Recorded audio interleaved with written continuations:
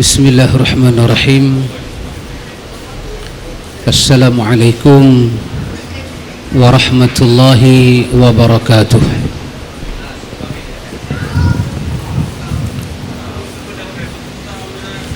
Alhamdulillah, alhamdulillahi rabbil alamin. Wassalatu wassalamu ala asyrafil anbiya'i wal mursalin, Nabiyyina Muhammadin wa ala alihi wa sahbihi ajma'in. Ya Fattah, in uridu illa al-islah mastata'at wa ma taufiqi illa billah, alaihi tawakkaltu wa ilaihi unib, wa la hawla wa la quwwata illa billahil aliyyil azim. Birahmatika ya arhamar rahimin. Amma ba'du. Ikhwatul iman, ikhwatu fiddin, a'azzakumullah wa uhibbukum fillah. Alhamdulillah, alhamdulillah, summa alhamdulillah. Alhamdulillah ikhwan, kita diberi peluang oleh Allah Subhanahu wa taala dalam ihya Ramadan. Ikhwatul iman,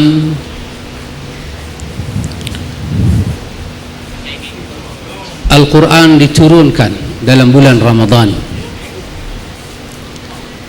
Salah satu daripada ayat-ayat yang banyak yang ada di dalam Al-Quran ialah ayat menyuruh kita mentaati Allah dan Rasulnya.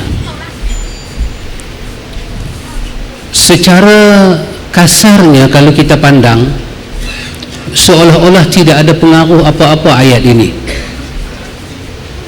Tetapi kalau kita melihat kepada bi'atul Arab ini, persekitaran Arab dengan sikap perkauman mereka, melihat kepada budaya Arab, kabilah-kabilah yang wujud, maka ayat ini sangat menggemparkan. Kabilah-kabilah yang Quran sebut, ya ayyuhan nasu inna khalaqnakum min zakarin wa unsa wa ja'alnakum syu'uban wa qabaila lita'arafu inna akramakum 'indallahi attaqakum. Ini sangat menggemparkan budaya Arab, sangat menggemparkan. Kalau disebut tentang mentaati Allah, rasanya orang Arab tidak begitu terkejut. Tetapi Al-Quran menyebut tentang wa ati'ullah wa ati'ur rasul wa ulil amri minkum, dengan sambungan fa in tanaza'tum fi syai'in farudduhu ila Allah wa rasul. Ini sangat luar biasa, mengangkat martabat seorang rasul mengatasi martabat-martabat kemanusiaan yang lain. Sangat dahsyat, sangat dahsyat. Dan ini ikhwan, kalau kita berbincang seumur hidup kita, masalah ini tak dapat kita faham. Dengan menyebut tentang ya ayyuhalladzina amanu ati'ullaha wa ati'ur rasul wa ulil amri minkum, dihazafkan ati'u, menggemparkan orang Arab, sangat menggemparkan. Maka dalam ayat-ayat Al-Quran terdapat perkataan orang Arab bertanya pada Nabi, adakah kami akan mentaati seorang Nabi yang yamshuna fil aswaq, yang dia berjalan di pasar-pasar, dia makan seperti kami, dia minum seperti kami, dia berkeluarga seperti kami, dia susah dan senang seperti kami. Kalimah itu diangkat sebab mereka tidak boleh menerima selain daripada mereka mengabdikan diri kepada Tuhan. Mereka telah terikat dengan suatu pemikiran yang begitu kuno, iaitu seperti Yasin menyebut kepada kita tentang bapa-bapa mereka, yang bapa-bapa mereka, nenek moyang mereka itu telah pun menjadi faktor penentu kepada agama ini. Tiba-tiba Allah minta buang itu, buang mak bapak kamu, keturunan kamu, nenek moyang kamu, kesemuanya mesti berpindah kepada menerima Muhammad bin Abdullah. Bukan menerima dia sebagai saudara, tapi menerima dia sebagai Rasul yang diutuskan oleh Allah. Ini sangat menggemparkan.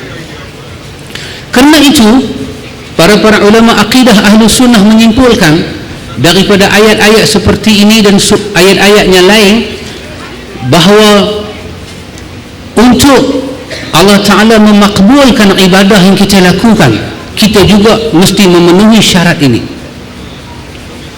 Tidak diterima keislaman orang Arab kalau mereka tidak boleh ati'ullah wa ati'ur rasul. Dan mereka bertanya tentang nenek moyang mereka, kedudukan nenek moyang. Allah menurunkan ayat tentang wa ulil amri. Bukan Allah bercakap nenek moyang, bahkan tentang umara yang lebih mereka taati daripada nenek moyang, mesti diketepikan. Ketaatan pada Allah dan Rasul mesti diutamakan. Subhanallah ikhwan, sangat dahsyat ikhwan, sangat dahsyat. Al-Hafiz Ibn Kathir menyebut dalam tafsir Ibn Kathir, dia menyebut banyak tempat, tapi sekurang-kurangnya kita boleh melihat dua tempat, iaitu akhir daripada surah Al-Kahfi dan di tengah surah Al-Baqarah pada ayat 112.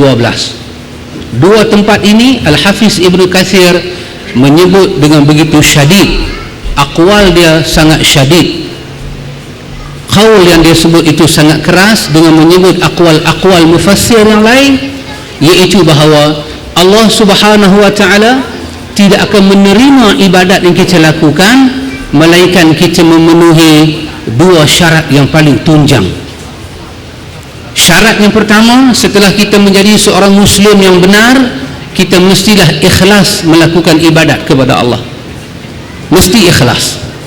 Kalau tidak ikhlas, Allah tidak akan terima ibadat kita lakukan.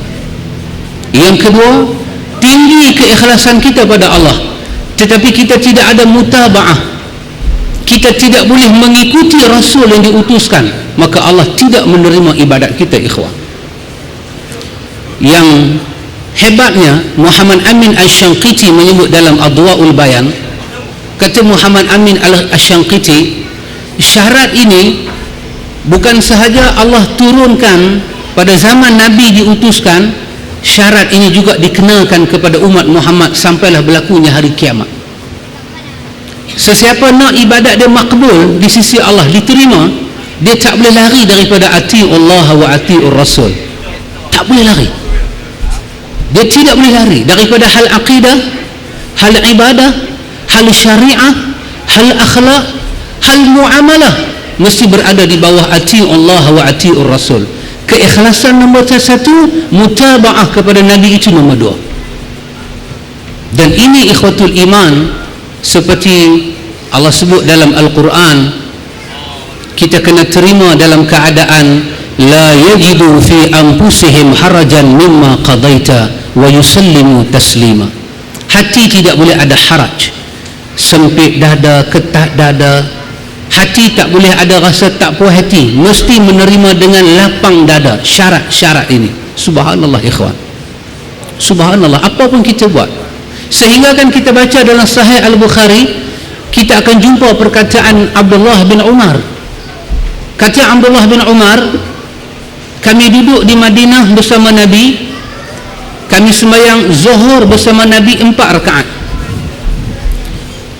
kami sembahyang asar dalam waktu asar 4 rakaat, kami sembahyang maghrib dalam waktu maghrib 3 rakaat, kami sembahyang isyak dalam waktu isyak 4 rakaat, subuh dalam waktu subuh 2 rakaat. Tetapi apabila kami keluar daripada Madinah bersama dengan Nabi, Nabi mula sembahyang zuhur 2 rakaat, asar 2 rakaat. Kami tidak bertanya kerana dia adalah Rasulullah. Antum tengok, subhanallah, ati'ullah wa ati'ur rasul. Ali bin Abi Talib menyebut, kami duduk dengan Nabi, tiba-tiba lalu satu jenazah, murra alaihi bi janazah, diusung satu jenazah depan Nabi. Tiba-tiba Nabi bangun berdiri, maka kami pun bangun berdiri. Kemudian murra alaihi bi janazatil ukhra, dibawa pula satu jenazah yang kedua. Tiba-tiba Nabi duduk tanpa berdiri, kami pun duduk tanpa berdiri. Kami tidak bertanya kerana dia adalah Rasulullah. Duduk dia, duduk kami, berdiri dia, berdiri kami, sembahyang tamam dia, sembahyang tamam kami, qasar dia, qasar kami. Kerana kami la tuqaddimu baina yadayillahi wa rasulihi wattaqullah. Kami tidak akan memandai-mandai, kami tidak akan mendahului Allah dan Rasul. Dan Allah menyatakan, jangan kamu mendahului Allah dan Rasul, bertakwalah kamu kepada Allah. Subhanallah ikhwan, subhanallah. Rasanya ikhwan, dalam proses kita mengihyakan Ramadan ini kena kita faham lebih utama sebelum kita memahami apa yang terkandung di dalam syariat Islam itu. Kalau ini tak selesai, ini tak lepas, ini tak settle, ini tak dapat difahami, banyak peruntukan syariat yang wujud dalam Islam kita tak boleh faham. Kita tak boleh faham. Konsep itu kita kena faham. Kerana itu dia duduk di bawah hal akidah. Kerana itu Muhammad Amin Asy-Syanqiti membahas hadis Abdullah bin Umar riwayat Al-Bukhari tentang bunyal Islamu ala khamsin. Islam dibina di atas 5 perkara. Islam dibina di atas 5 perkara. Disebut salat, disebut zakat, disebut saumur Ramadan, disebut haji. Kesemuanya itu bernaung di bawah asyhadu an la ilaha illallah wa asyhadu anna Muhammadar Rasulullah. Dibina Islam itu di atas 5. Yang paling awal adalah la ilaha illallah Muhammadur Rasulullah. Kerana itu hubungan la ilaha illallah Muhammadur Rasulullah, kenapa dia duduk di bawah? Selepas daripada syahadatul tauhid datang syahadatul rasul. Ini telah dibahas oleh para ulama akidah Ahlus Sunnah untuk menyatakan bahawa Allah Subhanahu wa taala tidak menerima peribadahan yang dilakukan oleh hamba melainkan hamba itu kena mengikut Muhammad yang diutuskan. Tidak diterima cara ibadah, hatta niat pun tidak diterima, keikhlasan pun tidak diterima kalau tidak berada di belakang Muhammad. Dan ayatnya sangat jelas, laqad kana lakum fi rasulillahi uswatun hasanah. Kamu mesti meneladani Rasul yang kami utuskan kerana dia uswatun hasanah. Subhanallah ikhwan. Kalau kita nak susun satu bab demi satu bab, begitu panjang. Tapi cukuplah kalau kita dengan tajuk yang kita tulis di sana itu Ihya Ramadan di Serambi Mekah. Kita mengambil kalimah Ihya Ramadan. Siapakah yang telah mengihyakan Ramadan? Ramadan bukan diturunkan kepada kita. Orang yang menerima kefarduan Ramadan, orang yang bertemu dengan Al-Qadar adalah Rasulullah. Orang yang tahu tentang Al-Qadar adalah Rasulullah. Orang yang tahu tentang batal puasa, tak batal puasa, bagaimana nak buat perhitungan ru'yah dan hisab adalah Rasulullah. Semua ini sumber datang daripada baginda. Maka tugas ummah adalah meneladani bagaimana baginda mengihyakan Ramadan. Tugas ummah meletakkan Allah dan Rasul di atas, dan tugas ummah meneladani Rasulullah. Ikhwan, kita buat ibadat di dunia, kita akan bertemu dengan Allah di hari akhirat untuk dihisap. Maka pada hari penghisapan, Quran menyebut kepada kita tentang kita ini adalah ummatan wasata. Kita ini adalah umat yang wasata. Wasata bukan makna wasit, di tengah-tengah. Muhammad Amin Syanqiti menyatakan wasata maknanya umat yang adil dan umat yang khair. Kenapa kita adil? Kita dipanggil umat wasata kerana kita berpedomankan kepada Nabi yang paling baik. Nabi yang Allah Ta'ala sebut wa innaka la'ala khuluqil azim. Nabi yang disebut wa ma arsalnaka illa rahmatan lil alamin. Maka pada hari penghisapan Allah akan letak Nabi dan letak umat. Semua ibadat yang kita lakukan atas dunia, Allah akan bertanya pada Nabi, wahai Muhammad, inikah yang telah aku turunkan kepada kamu, yang telah kamu ajarkan umat kamu. Kalau yang kita buat itu sama dengan sunnah baginda, baginda akan mengiyakan, dan itu makbul di sisi Allah, diterima. Kalau apa yang kita buat tidak sama, itu adalah mardud, akan ditolak, dan hari itu adalah hari yaumal hasrah wan nadamah, hari menyesal, hari sesal. Air mata darah keluar pun sudah tidak ada guna lagi. Karena itu ikhwatul iman, mungkin anda dah dengar begitu banyak tazkirah. Cukuplah saya mengambil hanya 10 minit ke 15 minit, cukuplah. Tetapi sekadar menyampaikan kepada antum benda yang sangat penting, iaitu ketaatan kepada Allah dan Rasul mesti diutamakan. Imam Syafi'i, seperti ditulis oleh Imam Ibn Qayyim Al-Jauziyah dalam A'lamul Muwaqqi'in, ketika di akhir usia dia menyebut, kullu mas'alatin idza takallamtu fiha, dia kata kesemua bab yang telah aku tulis, telah aku bagi pandangan, yang telah aku bermasalah dengannya, orang bertanya aku menjawab, aku bagi pandangan, aku mengajar, aku sebarkan, kesemua bab yang telah aku sebut, sekiranya kamu dapati di sisi ahlul naqli sahal khabara, di sisi ahlul hadis mereka mendapati riwayat-riwayat yang lebih sahih, khilafu ma qultu, bertentangan dengan pandangan aku, fa ana raji' fil hayati wa ba'da mamati, aku akan tarik pandangan aku yang tidak sama dengan qaul Rasulullah ketika aku hidup, dan ketika aku mati kamu tolong tarik untuk aku. Subhanallah.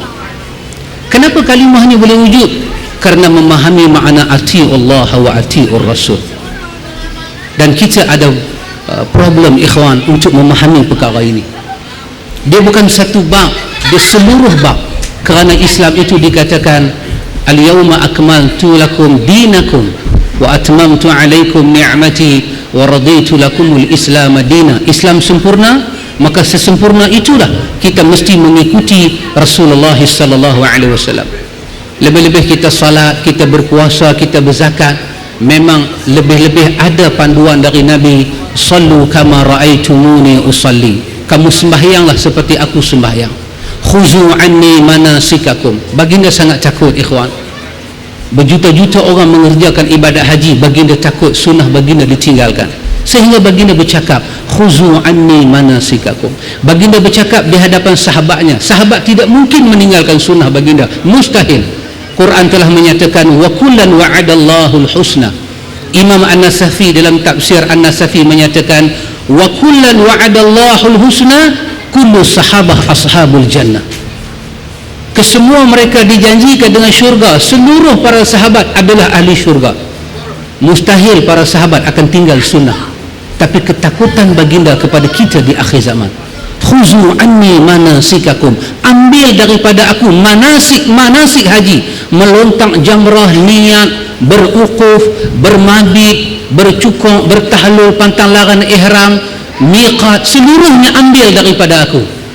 Dengan kita melihat ayat ati'ullah wa ati'ur rasul, bagaimana orang Arab melihat ayat ini, mereka takut ikhwan, sangat takut. Mereka kena tinggal puak mereka, suku mereka, mereka kena tinggal seluruhnya dan kembali kepada Rasulullah. Dan ini sangat mereka tidak boleh terima. Dan ini juga ujian kepada kita ikhwan, adalah ujian. Bagaimana kita nak samakan ibadat yang kita lakukan. Nabi kita Muhammad sallallahu alaihi wasallam dalam hadis yang sahih, kita baca dalam Sahih Bukhari dan Muslim, pernah melihat seorang yang melontar di jamrah dengan batu besar, lebih besar daripada batu kerikil. Nabi tengok dia dalam hadis Muslim, Nabi kata halakal mutanati'un salasan. Nabi ulang 3 kali. Nabi kata binasa orang yang melampau.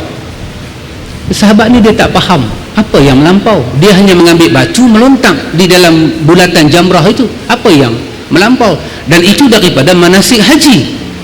Nabi menyatakan melampau kerana batu dia lebih besar daripada batu Nabi. Jangan melontak dengan batu yang besar, ini mengikut hawa nafsu. Ambillah, khuzu anni, tengok macam mana aku ambil, lihat macam mana aku balin, dan khuzu anni manasikakum. Sekecil itu Nabi dah betulkan, ikhwan. Apatah lagi bab yang besar-besar, bab yang lebih besar daripada itu telah Nabi betulkan. Subhanallah, ikhwan. Inilah manhaj yang kita kena faham, ikhwan. Lebih-lebih lagi dalam bulan Ramadan ini, sama ada berpuasa ataupun qiyam Ramadan ataupun Lailatul Qadar, Nabi kesemuanya baginda menyebut, setelah menyebut man sama Ramadan, man qama Ramadan, man qama Lailatul Qadri, di belakangnya sama, imanan wa ihtisaban, imanan wa ihtisaban ghufira lahu ma taqaddama min zambih. Sangat menarik tafsiran Al-Hafiz Ibnu Hajar Asqalani dalam Fathul Bari menyebut tentang riwayat-riwayat seperti ini, bahawa baginda minta kita masuk dalam Ramadan, dalam qiyam Ramadan, dalam Lailatul Qadar dengan iman kepada Allah dan kepada baginda. Masuk mengihyakan Lailatul Qadar seperti baginda ihyakan, dengan iman dan dengan mengharapkan Allah seperti mana baginda mengharapkan Allah, para sahabat mengharapkan Allah, para salafus salih mengharapkan Allah. Ini saya kelebihan dan luar biasa.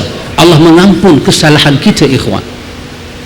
Karena itu, ikhwan, juga di antara ayat-ayat yang perlu kita keluarkan daripada mulut kita ini, bagaimana Rasulullah melakukan ibadat. Mesti, ikhwan, tidak boleh sembrono seenak dewe, tidak boleh. Tidak boleh semaunya, tidak boleh, tidak boleh, tidak boleh.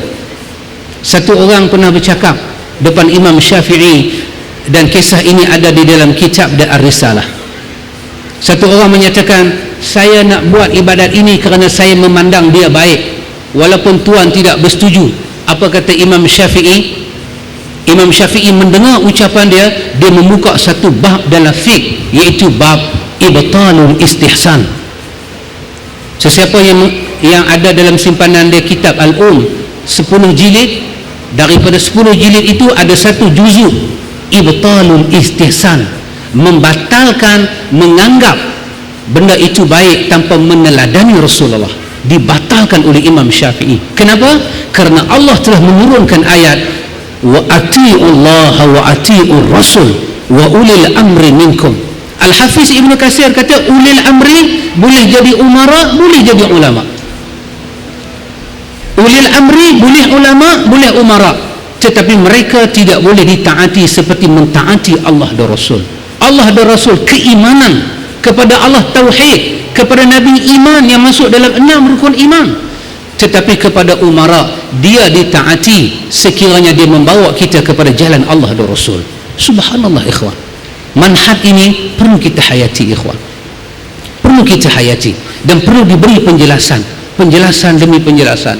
Bagaimana Nabi qiyam Ramadan, bagaimana Nabi ihya Ramadan, bagaimana Nabi berzakat fitrah, bagaimana Nabi menyambut Aid, ada Aidul Adha, ada Aidul Fitri, bagaimana Nabi sambut. Itu perlu diihyakan, sangat perlu diihyakan, ikhwatul iman. Perkataan apabila berakhirnya Aidul Fitri yang terdapat di dalam hadis-hadis, kita boleh merujuk dalam Jami'us Saghir. As-Suyuti menghimpunkan hadis-hadis seperti ini. Kita boleh merujuk di dalam kitab-kitab tafsir yang berkaitan dengan ayat walitukmilul iddata walitukabbirullaha ala ma hadakum wa la'allakum tashkurun. Ketika para ulama membahas ayat Baqarah ini, kita akan jumpa hadis-hadis ini. Bagaimana Nabi mengajak para sahabat apabila menyambut Aidul Fitri, diulang-ulangkan kalimah taqabbalallahu minna wa minkum, taqabbalallahu minna wa minkum. Semoga Allah menerima ibadat kami dan ibadat kamu sepanjang bulan Ramadan. Kita kurang kalimah ini. Kita banyak selamat hari raya, tak balik kampung ke? Nampak sedih, itu bahasa kita. Kita salam Aidul Fitri. Ya, mungkin itu adat kita, tetapi kenapa adat dibuat, kalimah sunnah ditinggalkan? Kalimah adat dilaksanakan, pahala belum tentu, tapi kalimah sunnah diangkat, tentu dah ada pahala di sisi Allah. Dia datang daripada mulut Rasulullah. Itu ayat yang kita baca dalam sembahyang tarawih tadi, wan najmi itu. Bagaimana proses wahyu diturunkan, malaikat turun bawa wahyu, dibersihkan mulut Nabi daripada hawa nafsu. Oh subhanallah, sangat dahsyat, sangat dahsyat. Tapi kalimah ini kita tak hidupkan. Taqabbalallah minna wa minkum. Semoga Allah menerima keletihan kamu dalam bulan Ramadan dan keletihan aku. Kita mendengar dia kata demikian, kita kata amin, amin. Semoga Allah memakbulkan permintaan kamu. Ini adalah kalimah sunnah, ikhwan. Kalimah sunnah. Kita banyak maaf zahir dan batin. Salah tak buat lagi, tapi minta maaf dah. Baguslah. Bukan tak bagus, bagus. Tetapi kenapa yang sunnah itu ditenggelamkan? Subhanallah, ikhwatul iman. Dan saya mengharap ikhwatul iman, kita boleh mengihyakan Ramadan dengan jalan ahlu sunnah wal jamaah. Ahlu sunnah wal jamaah. Baginda apabila berdoa kepada Allah Ta'ala, seperti ayat ud'uni astajib lakum wa idza sa'alaka ibadi anni fa inni qarib.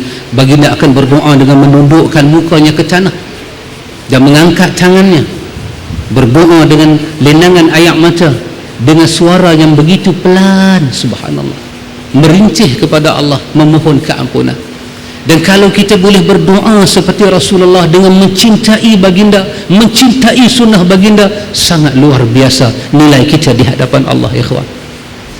Kemuliaan kita ada pada sejauh mana kita melangkah untuk menghampiri sunnah baginda. Di situ ada kemuliaan kita, ikhwan. Dan kita kena korbankan nafsu kita.